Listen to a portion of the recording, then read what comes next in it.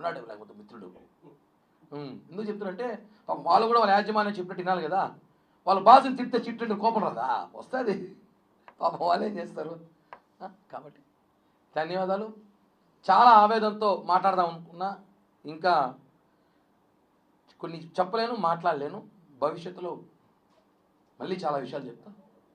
Thank you, ధన్యవాదాలు.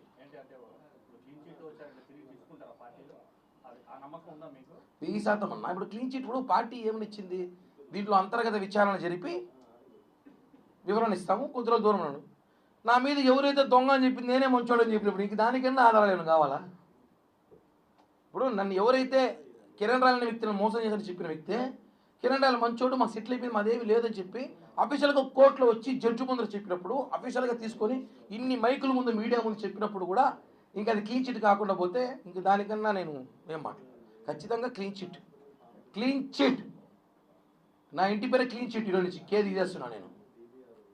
ప్రతిపక్షంలో ఉన్నప్పుడు కూడా ఇంకా ఎక్కువ వాక్యాలు చేశారు. అప్పుడెప్పుడు రాలే, ఇప్పుడు అధికార పక్షంలో ఉన్నప్పుడు మాత్రం జగన్ రెడ్డి అంటే మాత్రం కేసులు ఇబ్బంది పడుతుంది. చెప్పాం కదన్నా, ఇది ఇప్పుడు ఇలా ప్లాన్ 2 సంవత్సరాల ముందు జరుగుతూ ఉంది. నేను గతంలో కూడా చెప్పా, 1.5 సంవత్సరం ముందే చెప్పా, నా మీద కుట్ర జరుగుతూ ఉంది, ఒక అమ్మాయిని పెట్టి కుట్ర చేస్తున్నారు, ఒక ఆర్థిక లావాదేవీల విషయం పెట్టి కుట్ర చేస్తున్నారు అని చెప్పి నేను గతంలో చెప్పా. ఆల్రెడీ సెటిల్ చేసేసుకున్నా నేను. సెటిల్ అయిపోయింది. సెటిల్ ఎప్పుడో అయిపోయింది. మళ్ళీ తెరపైకి తీసుకురావడం బాధ. అది సెటిల్ అయిపోయి విషయం తెరపైకి తీసుకొచ్చారు. వాళ్ళ రాజకీయ కుట్ర కోసం ఆ జగన్ రెడ్డి వాళ్ళ ఈగో హట్ అవ్వాలని చెప్పి, వాళ్ళ బాధ సాక్రిఫైస్ కావాలి కాబట్టి నన్ను తీసుకొచ్చారు. కిరణ్ రాయ్ అనే వాడిని వదిలేస్తే ఇంకా వీడు ఇట్టే పోతాడు. తొక్కడానికి ప్రయత్నంలో ఇది ఒక్కటే అవకాశం అని చెప్పి తీసుకొచ్చి చేశారు. నేను క్లియర్గా ఎందుకున్నా తెలుసా, నా దగ్గర కూడా ఆధారాలు ఉన్నాయి కదా. నేను డబ్బు ఇచ్చిన ఆధారాలు ఉన్నాయి, సెటిల్ అయిపోయిన ఆధారాలు ఉన్నాయి. అప్పుడు ఈనాడు జనాలు ఎంతసేపు వన్ సైడ్ ఇంటే కాదు కదా. ఎవరున్నారు, ఎవరు ముందే వచ్చుంటే?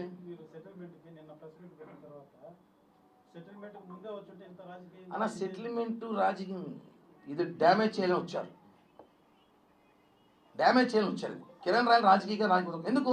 చిట్టిరెడ్డి పోస్టర్ రోజు తర్వాత ఎందుకు వచ్చారు? ముందు రోజు రావచ్చు కదా. నేను అప్పు ఇప్పుడు కాదు కదా. కిరణ్ రాయ్ అప్పేమని ఈ రోజు మనం తీసుకోలేదు కదా. 10 ఏళ్ళ ముందు లెక్క. ఎందుకు చిట్టిరెడ్డి పోస్టర్ వచ్చి మరుసటి రోజే రావాలి? అది వైసీపీ వాళ్ళు రోజులు ఎందుకు? వేరే పార్టీలు ఉన్నాయి కదా. ఎందుకు ముందు రోజు రావచ్చు కదా. చిట్టిరెడ్డి పోస్టర్ పెట్టిన పొద్దునే రావచ్చు కదా. ఎందుకు రాలేదు? ఆలోచించాడు. రాజకీయం మొత్తం చేసేశారు. ఎప్పటి నుంచో పెట్టుకోన్నారు. సమయం సందర్భం వచ్చినప్పుడు వదిలేశారు దాన్ని తీసుకొచ్చి రాజకీయ కుట్ర చేసి రాజకీయం చూపించారు. పూర్తిగా ప్యూర్ పాలిటిక్స్ చేశారు. అది పూర్తిగా ఆర్థిక లావాదేవీలకు సంబంధించిన విషయమే. అదేదో ఎవరైతే పెద్ద మనుషులు వాళ్ళు మాట్లాడుకుని సెటిల్ చేసేసుకున్నారు. మనకు సంబంధం లేదు. అయిపోయిన ఇష్యూ గురించి నేనైతే దాని గురించి డిస్కస్ చేయదలుచుకున్నా. ఓన్లీ పాలిటిక్సే మాట్లాడతాయి.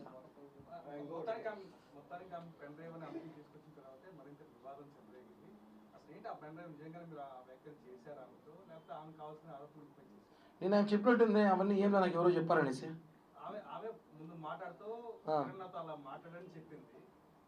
కిరణ్ అలా చెప్పినాడని చెప్పి చుట్టారు. కిరణ్ చెప్తాడు పెన్ డ్రైవ్ గురించి, నాకే తెలియదు. కత్తి మహేష్ అప్పటి నుంచి చెప్తాను pen drive story. Kathi Mahesh తెలుసు కదా, చచ్చిపోయినట్టే. వాడు కూడా అప్పుడు పెన్ డ్రైవ్ ఇస్తున్నాడు. అప్పట్లో గతంలో సంచలనం చేసి ఏమి లేవు. ఊరికే కేవలం రాజకీయంగా ఏదో ఒక విధంగా పవన్ కళ్యాణ్ గారితో కలవాలంటే అవసరం. పెన్ డ్రైవ్ గురించి తప్పదు. పెన్ డ్రైవ్ గురించి అసలు అమ్మాయి నేను కూడా చెప్పింది, నేను ఎవరైతే చెప్పింది అనుకుంటా.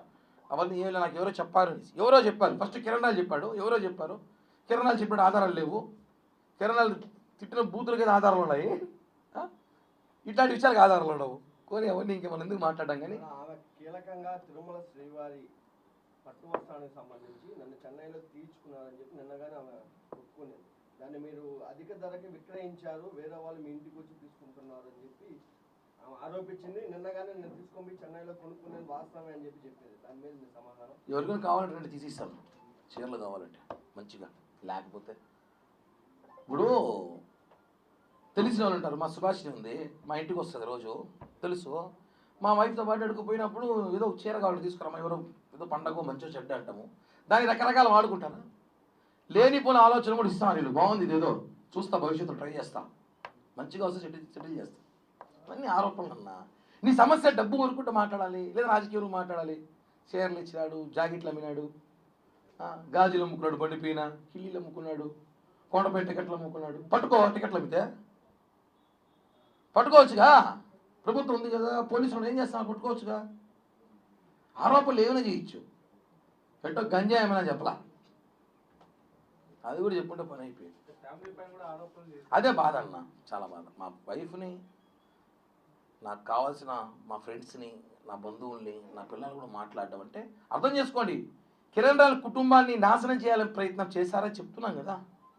నేను దీనికన్నా ఎమోషనల్ కాలేను, నాకు ఎమోషన్ తెలియదు బేసిక్గా.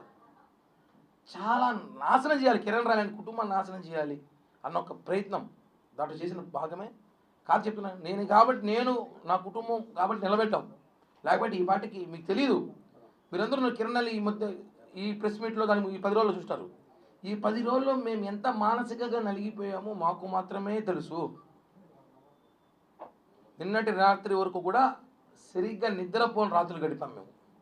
అంటే అన్న, అప్పు వేరు, మర్డర్ వేరు, జైలుకి వేరు. ఆరోపణలు చాలా కష్టం, నిందలు భరించలేము.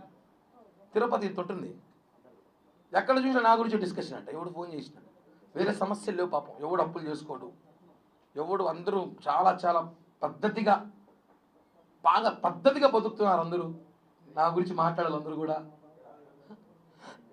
అన్ని విషయాలు బయటకు వస్తాయి. నేను కూడా సమయం సందర్భం చూసుకొని మాట్లాడతాను అంతే. గత 2 సంవత్సరాల క్రితం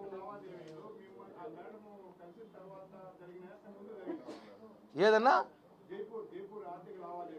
అన్న 2015 నుంచి 2019 దాకా జరిగిన లావాదేవీలు అవన్నీ. జైపూర్ ఇష్యూ 2021 కేసు, అది మాకు సంబంధం లేదు, అది మాకు సంబంధం లేదు. మీ మీద గత 2 సంవత్సరాలుగా జరగదంటే అధినేత దృష్టికి ఏమైనా మీరు తీసుకెళ్లారా? అందరికీ తెలుసు ఆ విషయం, అది తెలుసు.